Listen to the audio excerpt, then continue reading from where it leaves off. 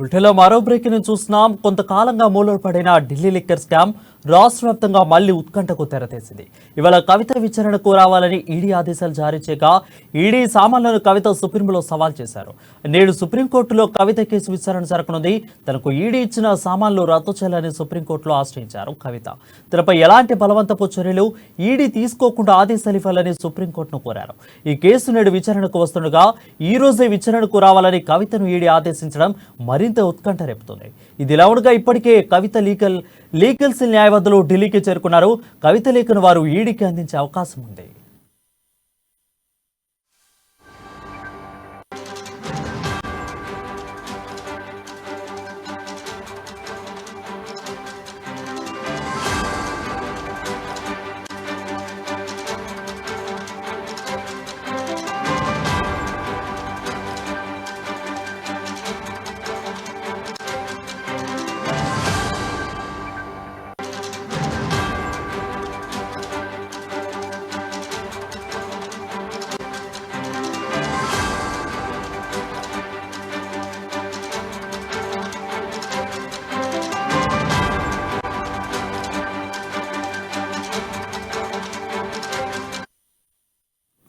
Breaking news చూస్తాం. కొంతకాలంగా మూలపడిన Delhi liquor scam రాష్ట్ర వ్యాప్తంగా మళ్లీ ఉత్కంఠకు తెరతీసింది.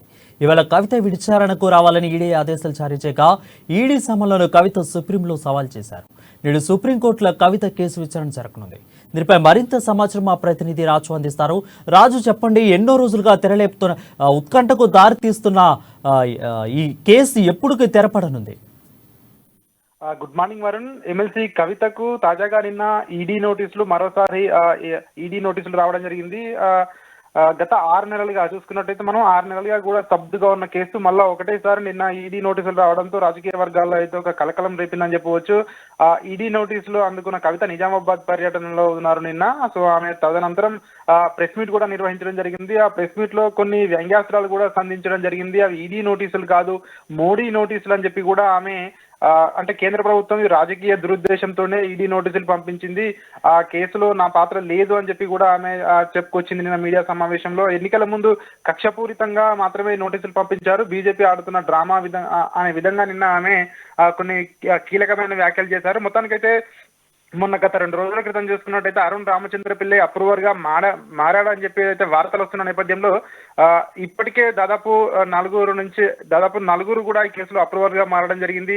సో వాళ్ళందరి దగ్గర స్టేట్మెంట్స్ రికార్డు చేసుకున్న ఈడీ తాజాగా కవితను కూడా ప్రశ్నించాలనే ఉద్దేశంతో ఈడీ నోటీసులు పంపించింది. దానికి ఈ రోజు ఎమ్మెల్సీ కవిత ఢిల్లీకి అయితే అంటే ఈడీ ఆఫీస్ కు వెళ్ళకూడదని చెప్పి కూడా నిర్ణయించుకున్నారు. నిన్న ఈడీ నోటీసులు రాగానే వెంటనే వాళ్ళ లీగల్ సెల్ కి అయితే ఎవరైతే లాయర్లు ఉంటారో కవిత లాయర్లకు కూడా ఈడీ నోటీసులు అందించి సో వాళ్ళందరూ కూడా వాళ్ళ న్యాయవాదులు చెప్పే అంటే వాళ్ళ న్యాయ సలహా తీసుకున్న తర్వాతనే నిర్ణయం చెప్తానని చెప్పి కూడా చెప్పడం జరిగింది. మొత్తానికి ఎమ్మెల్సీ కవిత ఈ రోజు ఈడీ ఆఫీస్ కు వెళ్ళకూడదని చెప్పి నిర్ణయించుకున్నారు. ఈ రోజు ఆమె కామారెడ్డి పర్యటన కూడా రద్దు చేసుకున్నారు. మరికొద్ది సేపట్లో ప్రగతి భవన్ లో సీఎం కేసీఆర్ తో కూడా ఆమె సమావేశం కానున్నారు. మొత్తానికైతే ఎమ్మెల్సీ కవిత గతంలో ఏదైతే సుప్రీంకోర్టులో కేసు వేసిందో మహిళలను ఈడీ ఆఫీస్ కు పిలిపించుకోకూడదు, మహిళల ఇంటికే వచ్చి ఈడీ విచారణ చేయాలని చెప్పి గతంలో ఎమ్మెల్సీ కవిత సుప్రీంకోర్టులో ఒక కేసు అయితే వేయడం జరిగింది. దానిపై ఈ రోజు సుప్రీంకోర్టులో విచారణకు రానుంది.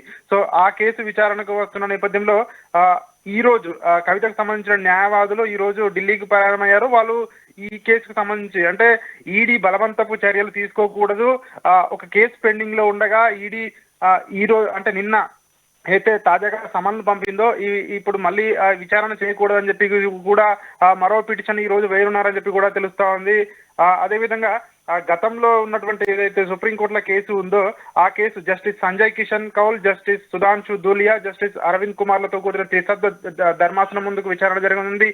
అదేవిధంగా తమిళనాడుకు చెందినటువంటి నళిని చిదంబరం, అదేవిధంగా ఎమ్మెల్సీ కవిత ఈ 2 పిటిషన్లను కలిపి కూడా సుప్రీంకోర్టులో విచారణకు ఈ రోజు రానున్నట్టుగా కూడా తెలుస్తా ఉంది. మొత్తానికైతే రాజకీయ వర్గాల్లో అయితే ఒక కలకలం అయితే రేపిందని చెప్పవచ్చు ఈ కేసు. ఈ రోజు ఎమ్మెల్సీ కవిత అయితే ఈడీ విచారణకైతే హాజరు కావడం లేదు. ఆమె తరపున న్యాయవాదులందరూ వెళ్తా ఉన్నారు. ఎందుకంటే న్యాయవాదులు వెళ్ళి ఈడీకి కూడా ఒక లెటర్ కూడా ఇస్తారని చెప్పి కూడా తెలుస్తా ఉంది. ఒక కేసు ఆల్రెడీ పెండింగ్ లో ఉంది. సో ఆ కేసు ఏదో ఒకటి తేలిన తర్వాతనే నేను విచారణకు హాజరవ్వాలా లేదా అనేది ఆలోచిస్తానని చెప్పి ఏదైతే లెటర్ ఉందో న్యాయవాదులు ఆ లెటర్ కూడా ఈడీకి అందించనున్నారు. అదేవిధంగా సుప్రీంకోర్టులో మరో కేసు కూడా వేసే అవకాశం ఉన్నట్టుగా కూడా తెలుస్తా ఉంది Varun. Right, thank you Raju for the updates.